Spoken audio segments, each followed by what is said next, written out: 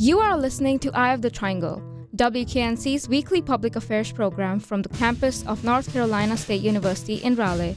Any views and opinions expressed during Eye of the Triangle do not represent NC State or student media.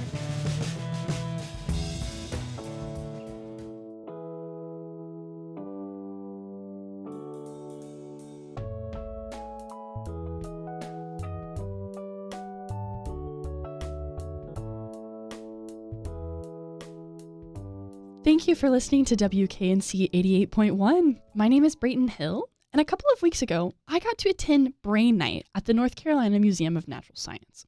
I spoke with expert researchers, volunteers, and people visiting in the community.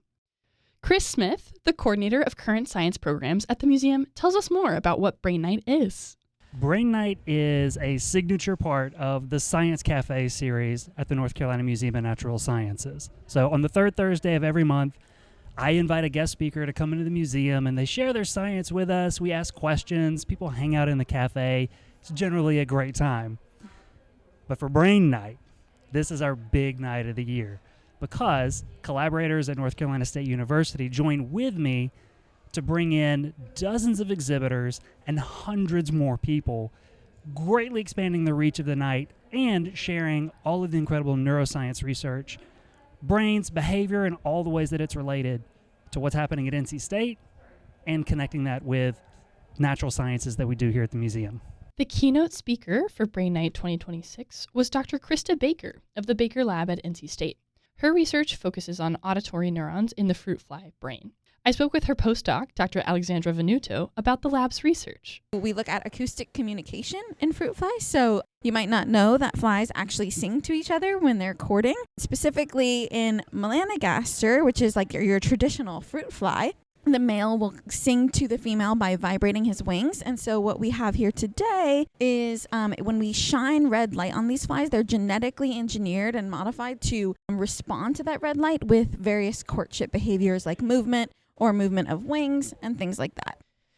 Zachary Henderson, an attendee of Brain Night, visited the Baker Lab table, and he learned... Well, I learned that fruit flies, certain types of fruit flies start walking backwards if you shine a red light on them, and that's pretty cool. Another prominent figure doing neuroscience research at NC State is Dr. Kurt Marston. I spoke to him about his research in zebrafish. One thing I think is surprising to a lot of folks sometimes is how similar fish are to humans. And so one of the main motivating factors for our research is to try and understand how human brains work and how human genes, control, how human brains develop and how that might go wrong in different neurological or psychiatric conditions. But the zebrafish actually share 82% of disease-causing genes with humans. So they are a really good model for trying to understand human genetics.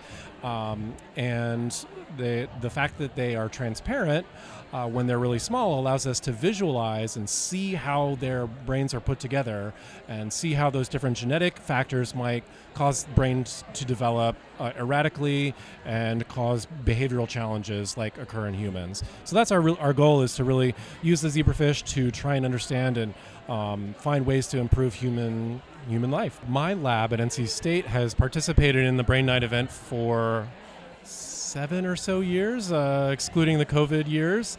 But we set up a booth where we show off some of the work that we do using zebrafish to study how the brain develops and controls behavior. One of the main drivers and organizers of Brain Night is Dr. John Meidston.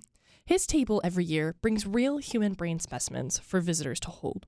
I spoke with Julia Janosko about the experience. You are at the table that is holding brains tonight. Yes. How does it feel to hold a real human brain in your hand? I think if I were to describe it in one word, I would say it's really humbling, because you're basically holding somebody's entire life in your hands and basically all of their memories on like a cellular and molecular level, which I think like when you're thinking about the human consciousness is like a crazy concept to like have all the biological components in your hands. So yeah, humbling.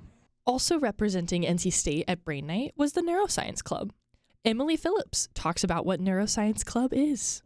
It's just an opportunity for students at NC State to get access to resources, events, guest speakers around the neuro community that they hadn't had before. we really only have neuro coursework as an option for students interested in that field, so I really wanted to bring something to the campus community that provided more resources to them. Something super unique that we do is we were actually the first club on campus to bring students into labs on campus where they can interact with PIs and learn more about ongoing research. We've actually had a couple students matriculate into research positions through that, and a couple of clubs have also picked up that as well, so it's been really cool. Also with Neuroscience Club was Ranganath Gopalraj, and he said it best. It's kind of like our Super Bowl, basically. It's our biggest event of the year that we take part in. And finally, we have Chris Smith with his favorite part about Brain Night.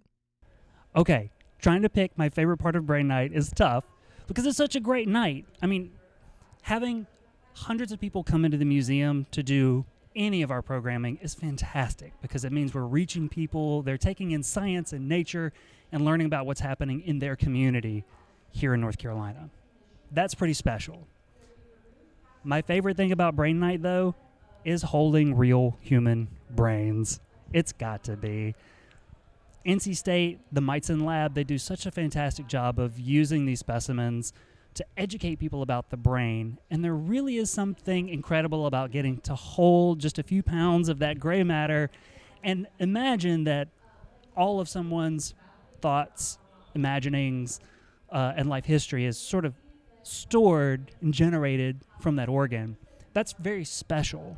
And then to have the science surrounding that experience at Brain Night, where you can learn even more about it, you really get to dig in. That's really special. And it's something that really only happens here at the museum at Brain Night in the year. Another favorite thing, though, is that I'm a nerd, and I like being around experts.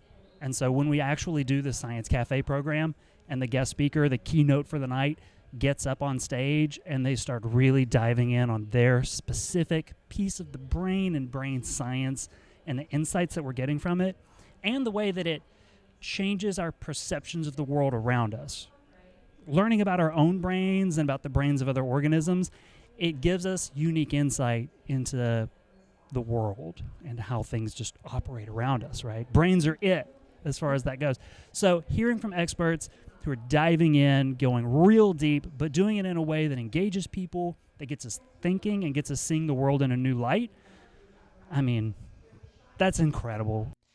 In summary, I think that we can say Brain Night 2026 was a huge success. Join the North Carolina Museum of Natural Science and NC State University next year for Brain Night 2027. This is Brayton Hill signing off. You're listening to WKNC 88.1. Cheers.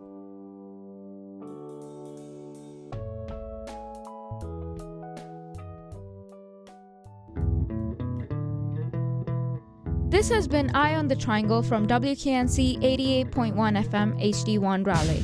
Our theme song is Krakatoa by Noah Stark. Licensed under Creative Commons. To re-listen to this or any other episode, visit wknc.org/podcast or subscribe wherever you get your podcasts. Thank you for listening.